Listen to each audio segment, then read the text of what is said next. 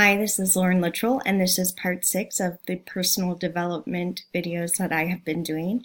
And today we're going to talk about position 3, which is the last category in the tier 7 of the Transcending tree, and this is called the ego.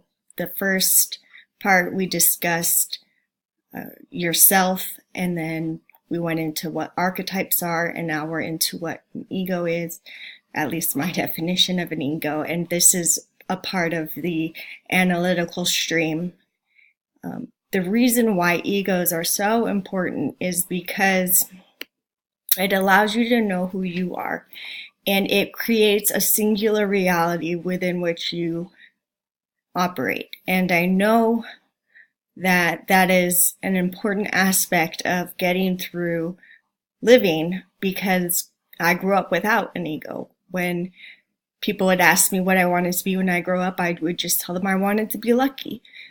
When my mom asked me what I wanted to be when I grew up, I told her I had at least 35 years to figure that out.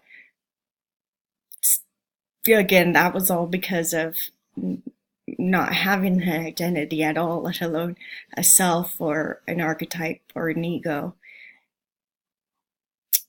The way that you can get or maintain an ego is just kind of modifying that personality maintenance exercise that's in the G Plus account, and monitor your thoughts and how often are your conclusions solely based on your own perspective, and how many other perspectives might be involved, and how does that impact or potentially impact your reality. Because the only reason we would need consciousness is to predict future action so that we can navigate through our lives in an anxiety-free, depression-free experience.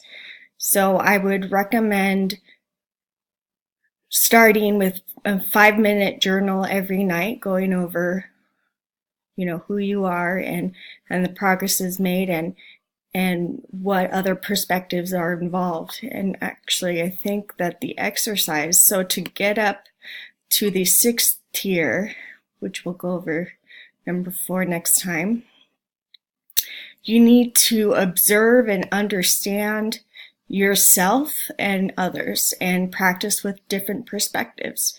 And once you get a clear understanding of who you are after all the work done in phases 1, 2, and 3, you can then make a logo about who you are. And I think it's important that you create something, and I'll show you what my examples are.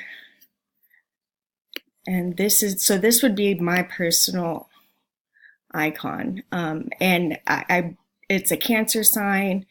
I like the number 3. There's the infinity sign. There's hearts that are mirroring each other. These are complementing each other. I put these 2 different designs up because you can play around with the colors and the positioning.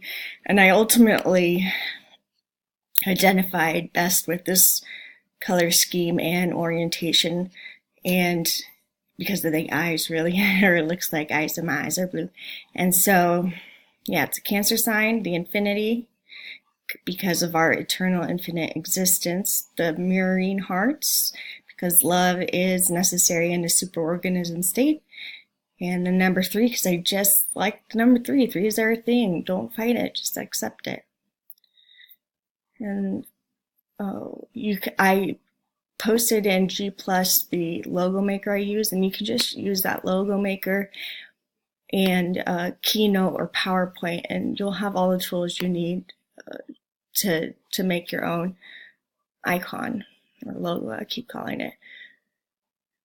And that is the end of this discussion. There is a lot of work to do after this discussion, getting yourself to a point where you understand yourself, the archetype, and the ego, and how they all need to work together seamlessly, so that when your reality is tested, or somebody is influencing you or manipulating you in a way that's not in your best interest, your ego can step in and protect you.